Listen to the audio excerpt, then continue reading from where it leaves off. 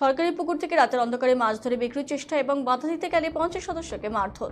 ঘটনায় দুষ্কৃতীদের গ্রেফতারের দাবিতে শালবাড়ি এলাকার রাজ্য সড়ক অবরোধ করে বিক্ষোভ বিজেপির, যদিও অভিযোগ ভিত্তিহীন বলে দাবি। ঘটনাটি তুফানগঞ্জ 2 নম্বর ব্লকের শালবাড়ি এলাকার ঘটনা। বিজেপির তরফ থেকে অভিযোগ করা হয় যে রাতের অন্ধকারে সরকারি পুকুর থেকে মাছ ধরে স্থানীয় এক ব্যক্তি। সেই মাছ বিক্রির চেষ্টা করায় কয়েকজন বিজেপি 50 সদস্য বাধা দেন।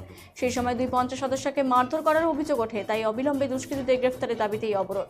যদিও যার বিরুদ্ধে রাতের অন্ধকারে মাছ ধরে বিক্রির চেষ্টার অভিযোগ ওঠে, তিনি পুরো বিষয়টি মিথ্যে বলে দাবি করে জানান সরকারি পুকুরটি সরকারি নিয়ম মেনে শালবাড়ি 1 জি পেট্রোনামলের বোর্ডের থাকাকালীন 2-1-2022 সালে লিজ নিয়েছেন এবং মাছ চাষ করেন, যার মেয়াদ 1-4-2025 অবধি। কিন্তু গত পঞ্চায়েত নির্বাচনে শালবাড়ি 1 জিপি বিজেপি দখল করে এবং বোর্ড গঠন করে।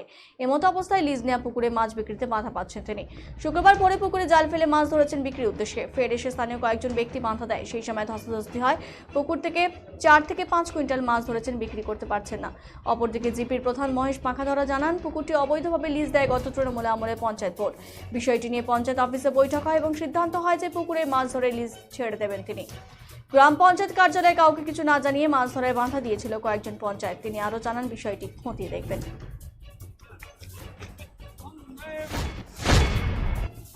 আজকে সকালবেলা আমরা তো মানে করেন মাছ তো বড় পুকুর, ওখানে তো ধরেন 3টে বা 3:30টার দিকে পুকুরে জাল ফেলতে হয়। আমরা ফেলার পরে কয়েকজন দুষ্কৃতী এসে ওরা আমাদের উপর হামলা করে। মাছটা তোলা হয়ে গেছে। তারপরে ওনারা আমরা যে মাছ বিক্রি করতে যাব, ওরা আমাদের মাছ বিক্রি করতে দিবে না। ওরা নিয়ে যাবে আমাকে। একজন রতন কুঁঙর, এখানকার সাধারণ ছেলে রতন কুঁঙর, আমাকে ধাক্কা দিল। ধাক্কা দেওয়ার পরে আমার ছেলে ওখানে ছিল, তখন আমার ছেলের সাথে একটু ধস্তাধস্তি হয়। হ্যাঁ, তার কারণে এখন আবার ওরা ভাবতেছে আমার মাছগুলো বিক্রি করতে দিবেন। আপনি কি সরকারি ডিগ্রি থেকে লিজ নিয়েছেন? হ্যাঁ, লিজ নিয়েছি। ওটাতে কি অবৈধ ছিল? অবৈধ ছিল কি বৈধ ছিল সেটা তো আমি বলতে পারবো না, আমার কাছে কাগজ আছে। শালবাড়ি 1 নং অঞ্চলের একটা সরকারি পুকুর রয়েছে। তৃণমূলের আমলে এক ভদ্রমহিলা সেটা নাকি লিজ নেয়। তা বিজেপি ক্ষমতায় আসার পরে যারা লিজ নিয়েছে তারা তৃণমূল? অবশ্যই, এবং তৃণমূলের উস্কানি দিয়ে ঘটনাটা ঘটছে। আমরা বিজেপি আসার পরে আমাদের প্রধান ওনার কাছে কাগজ চেয়েছে যে আপনি যে লিজ নিয়েছেন সে কাগজটা দিন। উনি কাগজ দেখাতে পারেনি।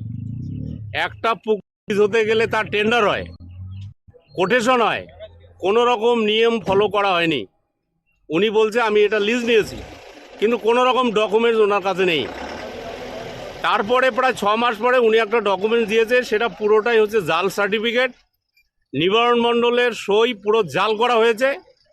হ্যাঁ, এবং হয়তো উনি টাকা দিয়েছে, কিন্তু পুরো টাকাটা তৃণমূলের নেতারা খেয়ে ফেলছে। এখন পরিষ্কার কথা, সরকারিভাবে যদি কোনো ডকুমেন্টস দেখাতে না পারে তাহলে সেই পুকুর তো আর ওনার থাকতে পারে না। তারপরে বোর্ড মিটিংয়ে সিদ্ধান্ত হয়েছে, প্রধান ছিল, পঞ্চায়েতরা ছিল, পঞ্চায়েতরাও ছিল, যে না, যেহেতু কোনো সাবর্ণিক ডকুমেন্টস দেখাতে পারছে না, তাহলে পুকুরটা আমাদের অঞ্চলের তত্ত্বাবধানে থাকবে। তারপরে তৃণমূলের উস্কানিতে এই যে গতকাল রাত্রে আমাদের প্রধানও জানে না, ওনারা মাছ মারতে গেছে। একটা তো নোটিশ পড়েছে যে যেহেতু কাগজ দেখাতে পারেনি, যতদিন না সংশোধন হয় ততদিন আমাদের পঞ্চায়েত অফিসের অর্থাৎ প্রধানের তত্ত্বাবধানে থাকবে। বেলা গভীর রাত্রে সরকারি পুকুর থেকে মাছ চুরি করে বিক্রি করার জন্য চেষ্টা করছিল। তা আমরা গ্রাম পঞ্চায়েত থেকে আমরা বাধা দেওয়াতে ওরা গ্রাম পঞ্চায়েতের উপর আক্রমণ করছে এবং 2 জন গ্রাম পঞ্চায়েত আহত হয়েছে সদস্য। শুধু এরই প্রতিবাদে আমরা আজকে পথ অবরোধ করছি। আমরা চাচ্ছি এর দোষীদের অবিলম্বে গ্রেপ্তার করতে হবে। যারা পঞ্চায়েতের উপর হামলা করছে তাদের অবিলম্বে গ্রেপ্তার করতে হবে। হামলাটা কারা করেছে? হামলা করছে যারা মাছ বিক্রি করার জন্যই করছে, সেই দুষ্কৃতীরা। কয়জন পঞ্চায়েত সদস্য? 2 জন। আমরা পঞ্চায়েত সদস্য ছিলাম 6 জন। 6 জন গিয়ে বাধা দিয়েছে? হ্যাঁ, আমরা বাধা দিয়েছি, কিন্তু আমাদের বাধা উপেক্ষা করার পরে আমাদের চড়া হয়ে এরা মাছ 30 থেকে 40 জনেরা আমাদের উপর চড়া হয়ে আমাদের 2 জন মহিলা পঞ্চায়েত সদস্যের উপর হামলা হয় এবং তাদের হাত ফেটে দেয়। শুধু এরই প্রতিবাদে আমরা এর চরম দৃষ্টান্তমূলক শাস্তি চাই। কতক্ষণ ধরে চলবে অবরোধ? আমরা যতক্ষণ পর্যন্ত মানে সমাধান না হয় ততক্ষণ পর্যন্ত আমরা এই অবরোধ করব। পুকুর নিয়ে একটু সমস্যা চলছে শুনলাম। কালকে যে এরা মাছ মারবে আমি জানি না, এরা যে আটকাবে এটাও জানি না। এখন আজকে সকালবেলা শুনি যে ওরা মাছ মারতে গেছে আর এরা আটক করছে, এ নিয়ে একটু ঝামেলা হয়েছে, এটা শুনলাম। মানে যে এখানে নাকি পঞ্চায়েতের বেশ কয়েকজন মেম্বার মারও খেয়েছে এরকম শোনা যাচ্ছে। কারণ এটা আমি জানি না, আচ্ছা, মারামারি হয়েছে কি না আমি জানি না। কারা মাছ মারতে গেছে কারা? মাছ মারতে গেছে ওরা নাকি লিজ নিছে, সেটা একটু অবৈধ ছিল। ওরা কিভাবে 25 অবৈধ? ওরা আগের বোর্ড, পঞ্চায়েত বোর্ড, মানে তৃণমূলের যে আমল হ্যাঁ সেই যে বোর্ড ছিল ওরা 2024-25 পর্যন্ত লিজ দিছে।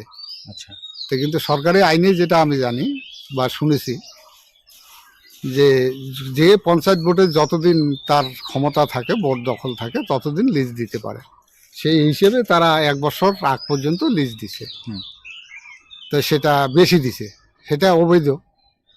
তো এটার জন্য আমাদের মধ্যে কথা হয়েছে যে ডিগ্রি যে লিজ যেহেতু দিছে, এই যখন মাছ ছাড়ছে মাছটা তুলে নেবে। হুম। তো এটা নিয়ে কি বৈঠক হয়? এটা নিয়ে অঞ্চলে আমাদের বৈঠক হয়। আচ্ছা, বৈঠকে ডিসিশন হয় মাছটা তুলে নেবে, তারপরে ডিগি ছাড়ে দিবে। তাহলে তুলতে দিচ্ছে না কেন? এখন এরাও জানায় নাই, ওরাও জানায় নাই কালকে যে মাছটা মারবে আর এরা যে আটক করবে এই বিষয়ে আমি জানি না। এখন পরবর্তীতে শুনি দেখি কি হয়েছে। যারা আটক করেছে ঘটনাটা। তারা জানাচ্ছেন যে তাদেরকে কেউ জানাই নেই বিষয়টা। না তারা অঞ্চলের পঞ্চায়েত মেম্বার বা সদস্য রয়েছেন তাদের না কেউ যায়নি। কালকে যে মাছ মারবে এটা ওরাও যেমন জানে না, আমিও জানি না। কয়েকজনকে মারধরও করেছে বলে জানা যাচ্ছে। এটা তো আমি এখনো শুনি নাই। কতটা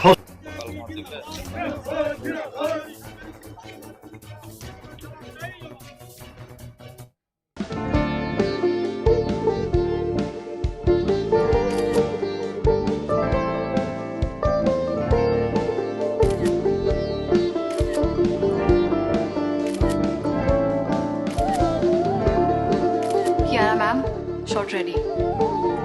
Just 1 second, huh?